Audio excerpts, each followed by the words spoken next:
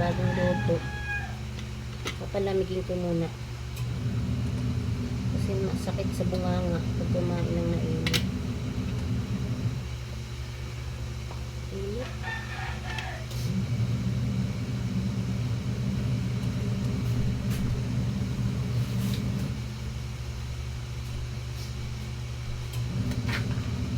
Kasama siyang itlog.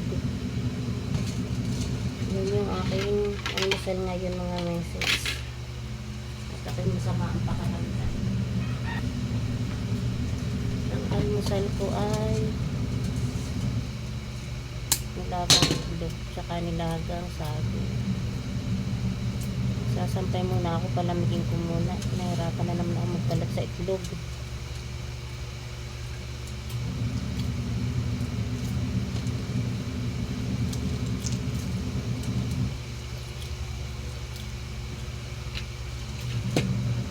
Mamaya na lang, baka hindi ko kaya yung dalawa. Palamigin ko lang mga meses.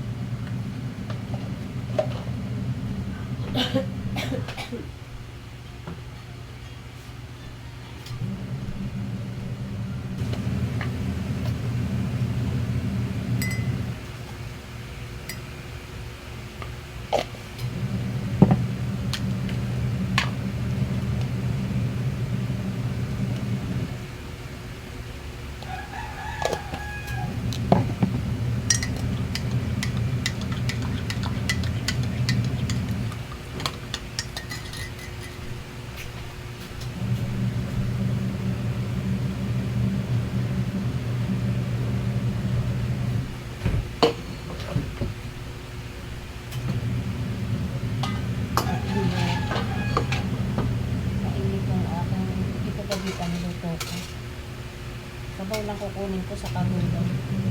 Pinola to eh.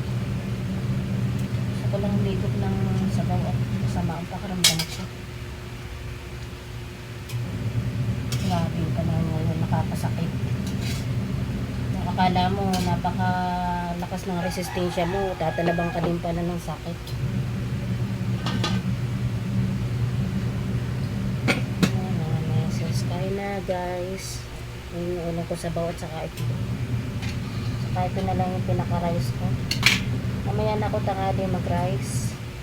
Ito na lang yung aking almusal. Kain ng mga misis. Kahit ako yung nilalagnat, ako muna yung magsasampay ng labahin maya-maya.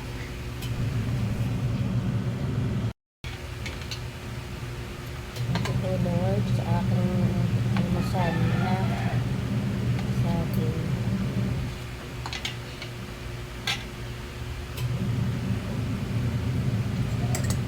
Ako gagaling sa lagnat. Pero okay na. Okay na. Sabi naman ako, isang balik na biogesic.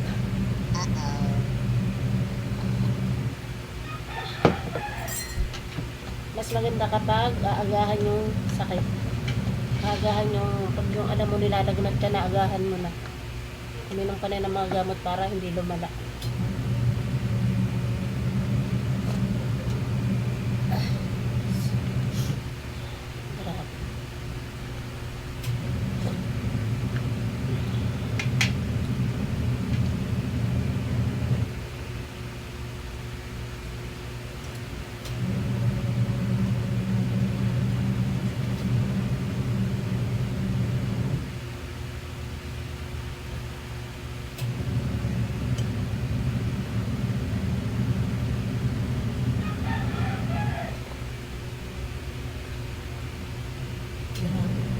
Kahit anong pag-ano mo, anong tawag dito, kahit anong gawin mo, maintindihan niyo, sinamahala niya. Kahit anong gawin mong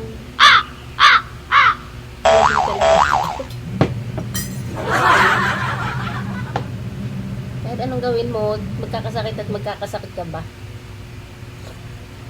Yung akala mo matibay yung katawan mo, akala mo malakas yung resistensya mo, magkakasakit ka din. Hindi ko inaasahan na magkakasakit ako. Kala ko bakal yung katawan ko eh.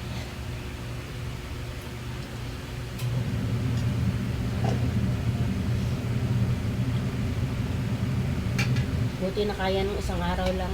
Pero medyo masama pa rin, pero kaya. Siguro yung dala ng ambon.